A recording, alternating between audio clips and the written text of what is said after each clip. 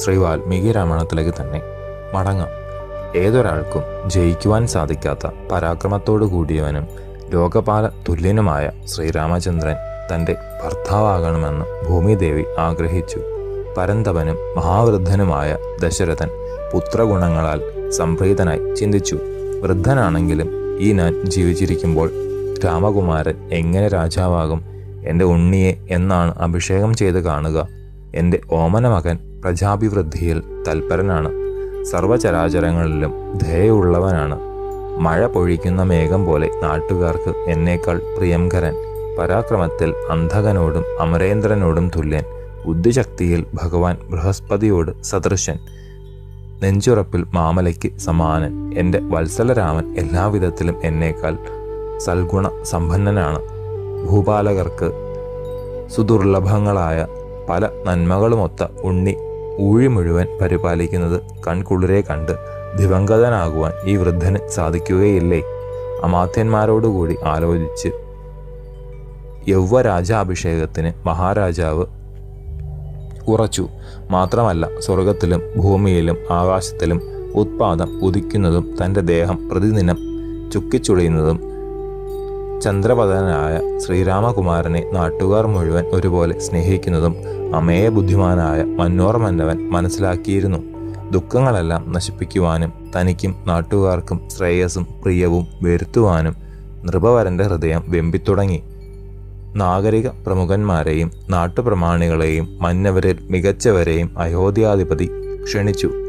സമയച്ചുരുക്കം കൊണ്ട് 2 പേരെ മാത്രം അറിയിച്ചില്ല: കേകേയ രാജാവിനെയും മിഥിലേശ്വരനെയും. അത്ഭുതപൂർവമായൊരു സന്തോഷ വർത്തമാനമാണ് അവർ പിന്നീട് കേൾക്കുക. അപ്പോൾ രോമാഞ്ചമണിയും. ദശരഥ ചക്രവർത്തി സമാധാനിച്ചു. ക്ഷണിക്കപ്പെട്ടവരെല്ലാം എത്തിച്ചേർന്നു. ജനസമ്മതിയാർന്ന അരജന്മാർ ഉചിത സൽക്കാരങ്ങൾ ഏറ്റ് യഥാർഹമുള്ള സിംഹാസനങ്ങളിൽ ഉപവിഷ്ടരായി. സാധാരണക്കാരനായ ഒരു പ്രജയെപ്പോലെ അനലംകൃതനായ ദശരഥ മഹാരാജാവ് അഗ്രാസനത്തിൽ അമർന്നു. ദേവവൃന്ദത്താൽ ആവൃതമായിരിക്കുന്ന വാസവൻ എന്ന പോലെ അയോധ്യാമഹീപതി വിനയസമ്പന്നന്മാരായ മന്നവന്മാർ, നാഗരികന്മാർ, നാട്ടുകാർ എന്നിവരെ കൊണ്ട് ആ മഹാസദസ്സിൽ പ്രശോഭിച്ചു. ഭേരീനാദത്തിന് തുല്യം ഗംഭീരവും ഇടിനാദം പോലെ മറ്റൊലി യുക്തവും രാജകീയ ലക്ഷണമൊത്ത് നിസീമവും ശ്രേഷ്ഠവുമായ സ്വരത്തിൽ അവനീനാഥൻ സഭയെ അഭിസംബോധന ചെയ്ത് സന്തോഷം ഉളവാകും വിധം പറഞ്ഞു: എൻ്റെ പൂർവികന്മാർ പുത്രന്മാരെ പോലെ കാത്തുരക്ഷിച്ചു പോന്ന ഈ വിസ്തൃത രാജ്യത്തെപ്പറ്റി ഭവാന്മാർക്കെല്ലാം അറിയാമല്ലോ.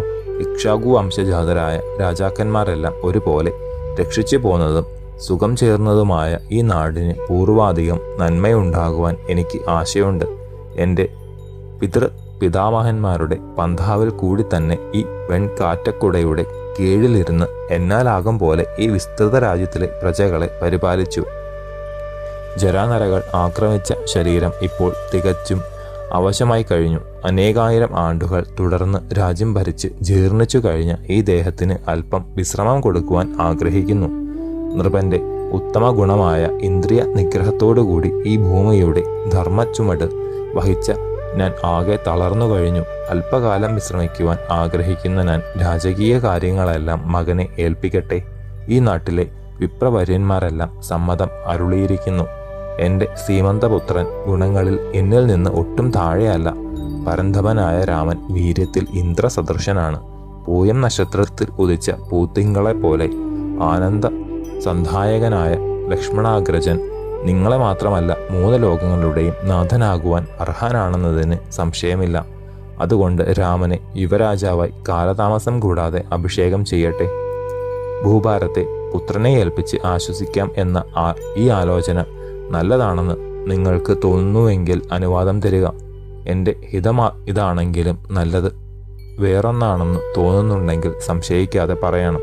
പലതരത്തിലുള്ള അഭിപ്രായങ്ങൾ ഉണ്ടായാൽ അതിൽ നിന്ന് ധാർമ്മികമായൊരു തീർപ്പ് ഉണ്ടാകുമല്ലോ. ഇടിനാദത്തോടൊപ്പം പേമാര് പൊഴിക്കുന്ന മേഘത്തെ കണ്ട മയിലുകളെ പോലെ അവിടെ സന്നിഹിതരായിരിക്കുന്ന ജനങ്ങൾ ആഹ്ലാദം കൊണ്ട് മതിമറന്ന് പരിസരബോധമില്ലാതെ ആർത്തുവിളിച്ചു. ആ മണിമാളിക കൂടി കുലുങ്ങിപ്പോയി. ധർമ്മത്തിലും അർത്ഥത്തിലും ഒരുപോലെ വിജ്ഞനായ മഹാരാജാവിൻ്റെ ആശയം തികച്ചും മനസ്സിലാക്കിയ രാജാക്കന്മാർ, അന്തണശ്രേഷ്ഠന്മാർ, പൗരവരന്മാർ, നാട്ടുപ്രമാണിമാർ എല്ലാവരും കൂടി ആലോചിച്ച് ഐകകണ്ഠേന പറഞ്ഞു, വയോവൃദ്ധനായ അവിടുന്ന് യുവരാജാവായി ശ്രീരാമകുമാരനെ വാഴിച്ചാലും. ഭുജബല പരാക്രമിയായ രഘുവംശ തിലകകുമാരൻ മഹാഗജത്തിൻ വെൺകൊറ്റ കുടയുടെ കീഴിൽ രാജകീയ ചിഹ്നങ്ങളോട് ഇരിക്കുന്നത് കാണുവാൻ ഞങ്ങൾ ഓരോരുത്തർക്കും അത്യാശയുണ്ട്. മഹാരാജാവിൽ ആനന്ദം അലയടിച്ചു. എന്നാൽ അവരുടെ സംപ്രീതമായ ഹൃദയഗതി അറിഞ്ഞില്ലെന്ന മട്ടിൽ ചോദിച്ചു, ഈ രാജ്യത്തെ നീതിപൂർവ്വം ഞാൻ ഭരിച്ചുകൊണ്ടിരിക്കെ ഉണ്ണിയെ യുവരാജാവാക്കുവാൻ ഞാൻ പറഞ്ഞപ്പോഴേക്കും നിങ്ങൾ സമ്മതിച്ചത് എന്താണ്? എനിക്കതിൽ വലിയ സംശയം തോന്നുന്നു. സത്യം തുറന്നു പറയണേ.